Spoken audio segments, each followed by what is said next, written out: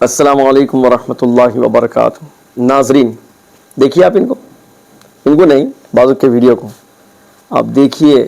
ख़ास तौर से मैं हमारे नौजवान बहनों भाइयों से गुजारिश करता हूँ, आज यूथ के अंदर कैसी कैसी आदतें पाई जा रही आपको मालूम होना चाहिए। कॉलेजेस में हो या फिर सोशल मीडिया पर हो, आप मालूम कर लीजिए।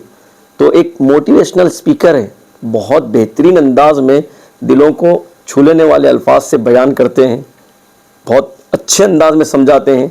ये यूथ के लिए ख़ास तौर से प्रोग्राम रखा जा रहा है, मिशन एजुकेशन। आपको क्या करना चाहिए, आदाब किसके कैसे होते हैं, हुकूक कैसे होते हैं, ये सारी चीज़ें इंशाअल्लाह जनाब अलहाज मुनव्वर जमा साहब बतलाएंगे।